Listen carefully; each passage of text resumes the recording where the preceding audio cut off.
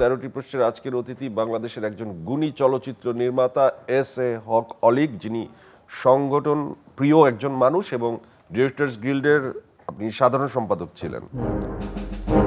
কিন্তু সংগঠন প্রিয় হওয়ার কারণে আপনি যখন হৃদয়ের কথা কিংবা হিট সিনেমাগুলো বানিয়েছেন, সেই সিনেমাগুলোর মতো সিনেমার ধারাবাহিকতায় আপনাকে নির্মাণে পাওয়া যায়নি।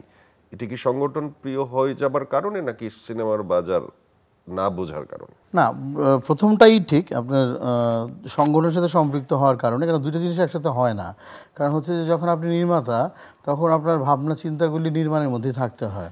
একটা নতুন দৃশ্য ভাবছেন, একটা সুন্দর সংলাপ চিন্তা করছেন, বা একটা সিচুয়েশন ক্রিয়েট করছেন, সেটার জন্য একেবারেই আপনার মাথার মধ্যে অন্য কোনো কিছু থাকা যাবে না। আর যখন হৃদয়ের কথা বানিয়েছি তখন অনেক ছোট ছিলাম, প্রেমটা বুকের মধ্যে ছিল, কাজের প্রতি প্রেম, ভালোবাসার যে অভিব্যক্তি বা ব্যক্তিটা প্রকাশভঙ্গির যে ব্যাপারগুলি, সেগুলি ছিল অন্যরকম। যখন সংগঠনের মধ্যে ঢুকে গেলাম তখন নানা কিছু মাথার মধ্যে, তখন আর নিজেকে নিয়ে বা নিজের কাজটা নিয়ে ভাবনার মধ্যে সীমাবদ্ধ থাকার সুযোগটা কম ছিল। এস.এ. হক অলিক আমাদের একজন প্রিয় নির্মাতা। আমাদের চলচ্চিত্র অঙ্গন খুবই সমৃদ্ধ হয়েছে একটা সময় এস.এ. হক অলিকের কারণে। এই সংগঠনে চলে যাবার কারণে আমরা কি পেলাম? এস.এ. হক অলিক কি পেল এবং কি হারালো? সংগঠনে যাওয়ার সিদ্ধান্ত সঠিক ছিল না ভুল ছিল? না, সংগঠনে যাওয়ার সিদ্ধান্ত ভুল ছিল না, সঠিকই ছিল। কিন্তু নির্মাতা অলিক হারিয়ে গেছে হয়তোবা আমার কাছেও। আমি এরপরে অনেক কিছু নির্মাণ করেছি, কিন্তু ওই ধরনের নির্মাণ আর হয় নাই। কিন্তু সংগঠনের সাথে সম্পৃক্ত হওয়ার কারণে যে কাজটি হয়েছে, যে ডিরেক্টরস গিল্ড যখন আমি নির্বাচিত হলাম, বা সংগঠন 2016-র কথা বলছি, তখন কিন্তু একটা ছায়াতলে আসার প্ল্যান, এবং আমরা 4টা সংগঠন একসাথে থাকব, কাজের একটা সুবিধা তৈরি হওয়া, একজন নির্মাতা কাজ করতে গিয়ে যে প্রবলেমগুলি ফেস করছে সেগুলি সলভ করা, আমাদের দেশের যে সমস্ত জায়গায় সুন্দর সুন্দর লোকেশনগুলি আছে সেই সমস্ত জায়গার সুবিধা তৈরি করে দেওয়া নির্মাতাদের, এই কাজগুলি কিন্তু তখন করা হচ্ছিল বা হয়েছে। পরবর্তীতে একটা সুন্দর বন্ডিংস তৈরি হয় শিল্পী কলাকুশলী সবার মধ্যে। এটা আপনার সময় আপনি এই কাজগুলো করেছেন, আপনি দাবি করছেন। এত কাজ করবার পরও আপনি ইলেকশনে হেরেছেন ডিরেক্টরস গিল্ডের। আপনি এবার দাঁড়িয়েছিলেন গতবার, আপনি হেরেছেন। তো যে মানুষটি এত কাজ করলো, সেই মানুষটিকে ভোট দিয়ে আপনার প্রিয় লোকজন হারালো কেন? আমার প্রিয় নির্মাতারা কিন্তু আমাকে ভোট দিয়েছে। কারণ আপনি ভালো করেই জানেন, যখন নির্বাচন হয় তখন আমাকে কেন্দ্র করে যারা বিরোধিতা করেছেন, যারা অন্যান্য সংগঠনের সাথে সম্পৃক্ত বা এই ইন্ডাস্ট্রি যারা লিড দেয়, তারা হয়তো আমাকে তখন পছন্দ করতেন না, এবং না করার কারণে তারা চাচ্ছিলেন আমি নির্বাচিত হই। তো তারপরেও দেখেন, এত প্রতিবন্ধকতার মধ্যে থেকেও কিন্তু অল্প কিছু ভোটের কারণে আমি পরাজিত হই। সম্প্রতি একটি ভাইরাল ভিডিও আমাদের চোখে পড়লো, ডিরেক্টরস গিল্ডের প্রতিষ্ঠাবার্ষিকী। সেই প্রতিষ্ঠাবার্ষিকীতে কি আপনি দাওয়াত পেয়েছেন? হ্যাঁ, দাওয়াত পেয়েছি অবশ্যই। কারণ হচ্ছে যে আমাদের যেহেতু সংগঠনের সদস্য আমাকে ইনভাইট করেছিল, এবং একটা ওই প্রতিষ্ঠাবার্ষিকী উদযাপন কেন্দ্রিক যে একটা কি বলে কার্ড বা তৈরি করা হয় ফেসবুকে, যেটা আমরা দেখেছি আমাদের অনেক নির্মাতা অনেক শিল্পীরা দিয়েছেন, সেরকম বানিয়েও পাঠিয়েছিল হোয়াটসঅ্যাপে। বাট আমি সেটা পোস্টও করিনি এবং যাওয়ারও প্রয়োজন মনে করিনি সেদিন যাবার প্রয়োজন মনে করেননি। এটা কি আপনি হেরে গেছেন বলে অভিমান, নাকি বর্তমান যে কমিটি আছে তারা কাজে ব্যর্থ আপনি মনে করেন সে কারণে? দুইটার মধ্যে একটাও না। প্রথম কথা হচ্ছে, হেরে গেলেই যে সংগঠনের প্রতিষ্ঠাবার্ষিকীতে যাওয়া যাবে না তা না, আর কার্যনির্বাহী পরিষদ ব্যর্থ হলেও যে এই ধরনের আয়োজনে যাওয়া যাবে না তা না। বিষয়টি হলো যে ডিরেক্টরস গিল্ডের প্রতিষ্ঠাবার্ষিকী তো আসলে 10ই জুলাই না, ডিরেক্টরস গিল্ডের প্রতিষ্ঠাবার্ষিকী হচ্ছে 9 আগস্ট। তো যেহেতু ডিরেক্টরস গিল্ডের প্রতিষ্ঠাবার্ষিকী 9 আগস্ট, তো 10ই জুলাই বা অন্য কোনো দিন আয়োজন করলে সেখানে একজন সংগঠক হিসেবে, একজন সচেতন সদস্য হিসেবে আমি কি করে অংশগ্রহণ করি? এই আয়োজনের তারিখটি আগানোর কারণ কি, এবং আয়োজন ঘিরে যে আয়োজনটি হলো, সে আয়োজনের যে নাচ গান হলো, এই নাচ গান ছেলে এবং মেয়ে যেভাবে ভিডিওগুলো ভাইরাল হলো, আমাদের অনেকের কাছে তার দৃষ্টি কটু মনে হয়েছে। এই বিষয়ে আপনার মতামতটা কি? ডিরেক্টরস গিল্ড যখন আসলে 2001-এর, একটু লম্বা হবে কথাটা, কিন্তু 2001-এ আমাদের কিছু নির্মাতা মানে ফিল করে যে পরিচালকদের একটা সংগঠন প্রয়োজন। এর মধ্যে মোস্তফা সরোয়ার ফারুকী, গিয়াসউদ্দিন সেলিম, অনন্ত হীরা, গাজী রাকায়েত, সাইদুল আলম টুটুল ভাই থেকে শুরু 6 জন বা 7 জন, সোহেল আরমান সহ 7 জন ধরা হয়, 6 জন অথবা 7 জন, তারা প্রথম ভাবে যে ডিরেক্টরদের একটা সংগঠন দরকার। সেই আলোকেই ওই দিন ডিসকাস করে একটা আহ্বায়ক কমিটি গঠন করা হয়। সেই আহ্বায়ক কমিটির কাজ হলো সংগঠনের নাম কী হবে, সংগঠনের লোগো কী হবে, সংগঠনের গঠনতন্ত্র কী হবে, এগুলি করা। 3 সপ্তাহের জন্য একটা সময় করা হয় যে 3 সপ্তাহের মধ্যে তারা এই কাজটি করবে। 3 সপ্তাহের মধ্যে হয় না, 4 সপ্তাহের মাথায় গিয়ে নীলক্ষেতে একটা অফিস, সেটা একটা অডিটোরিয়ামে আমরা 9ই আগস্ট আমাদের প্রথম সাধারণ সভা আহ্বান করা হয়। সেই সাধারণ সভায় কিন্তু এই সংগঠনের নাম হবে ডিরেক্টরস গিল্ড, এইটি সিদ্ধান্ত হয়। 50 জন সদস্য আমরা ওই দিন প্রেজেন্ট ছিলাম, তার মধ্যে আমিও একজন। যে সংগঠনের নাম হবে ডিরেক্টরস গিল্ড। লোগো তৈরি করবেন আমাদের মোস্তফা মনোহর স্যার এবং আমাদের সাইদুল আলম টুটুল ভাই তখন একটা খসড়া গঠনতন্ত্র উপস্থাপন করেন এবং সেই আলোকে হাউস থেকে আলোচনা করে টোরে সংশোধনী এনে গঠনতন্ত্র হয়। তো সেই দিনই বেসিক্যালি যে সাইদুল আলম টুটুল ভাই জেনারেল সেক্রেটারি এবং মোস্তফা মনোহর স্যার সভাপতি করে 17 সদস্য বিশিষ্ট একটা কমিটি গঠন করা হয়। কারণ ওই দিনই কিন্তু ডিরেক্টরস গিল্ড বলে একটা সংগঠনের শুরু হলো যাত্রা।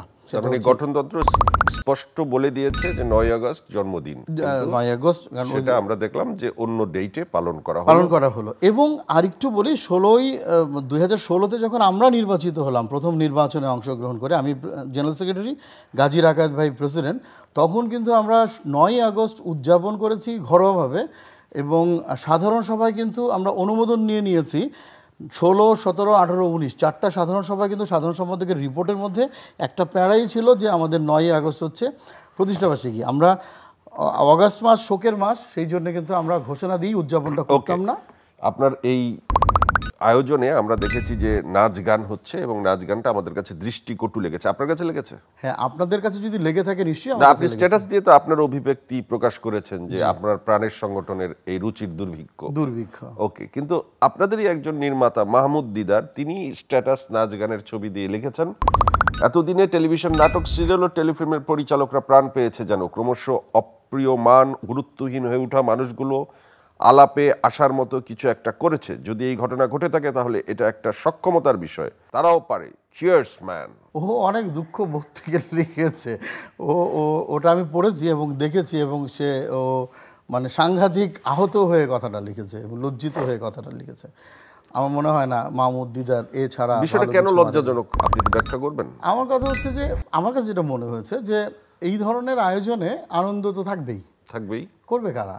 নির্মাতারা, অথবা নির্মাতাদের আহ্বানে অভিনয় শিল্পী যারা আছেন বা অন্যান্য যারা আছে যারা পরিচিত, তারা আয়োজনে অংশগ্রহণ করতে পারে বা আনন্দ ফুর্তি করতে পারে বা নাচ গানও করতে পারে। কারণ নাচ গান না করার কোনো কারণ নাই।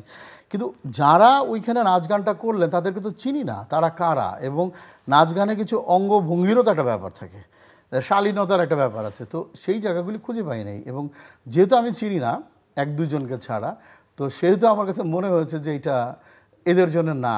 আমাদের যেহেতু ডিরেক্টরস গিল্ডের প্রোগ্রাম, এরা ডিরেক্টররা যদি আয়োজনে অংশগ্রহণ করতে, আপনি মনে করছেন যে ডিরেক্টরস গিল্ডের যে ঐতিহ্য, যে ধারাবাহিকতা আপনারা বহমান রেখেছিলেন, সেখানে একটা কালো দাগ পড়ল?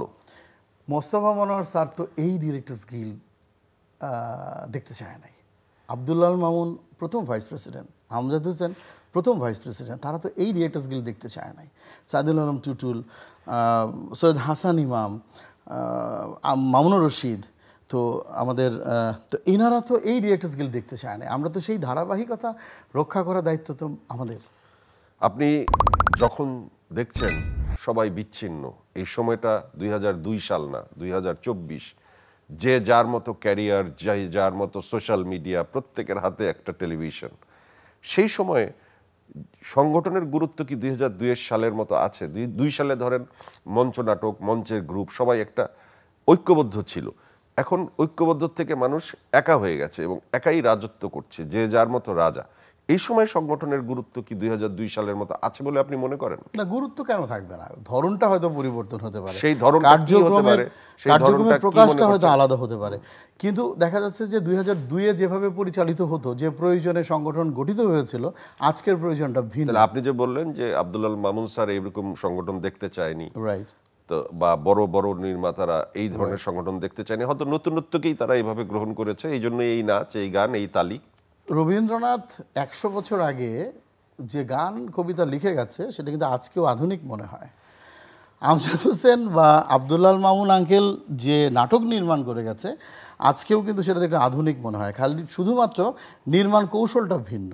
সংলাপ বলার ঢংটা যদি পরিবর্তন হয়ে শব্দ চয়নের ব্যাপারগুলি যদি অন্যদিকে চলে যায়, তাহলে সেটা দুঃখজনক। আমার প্রশ্নটা ইঙ্গিতটা হচ্ছে ওই জায়গাটায়। আপনি যখন ছবি বানাতেন আপনার ছবির গান সবার মুখে মুখে থাকতো, এখনো অনেক ছবির গান মুখে মুখে চলে আসে। গানের ভাষা, গানের দৃশ্যায়ন, এই পরিবর্তনকে আপনি কি চোখে দেখেন? এটা হতেই পারে। আমি যখন আমার ছবি ভালোবাসবো বাসবো রে বন্ধু তোমায় যতনে, যায় দিন যায় একে কি পৃথিবীর যত সুখ, এখন কি বলে প্রিয়তমা ছবির গান, তারপর দেখা গেল যে এর মধ্যে যে ছবিগুলি রিলিজ হলো, ঈশ্বর কি তোমার আমার মিলন লিখতে তুফান পারতো না। ছবির কুক কুক কুক কুক কোকিল দুষ্টু সেটা কোকিল। হতেই পারে। গানের একটা সিচুয়েশনে, একটা সিনেমার গানের ব্যাপারটা কিন্তু আলাদা, কারণ সিনেমার একটা সিচুয়েশনকে প্রেজেন্ট করার কারণে বা বিল্ড আপ করার কারণে কিন্তু গানের ধরন চেঞ্জ হয়। রুচির দুর্ভিক্ষের জন্য দায়ী কে? যারা নির্মাতা তারা নাকি দর্শক? না, আমরা সবাই, দর্শক সহ। দর্শকের দায়ভারটা কিভাবে আপনি ক্লিয়ার করবেন?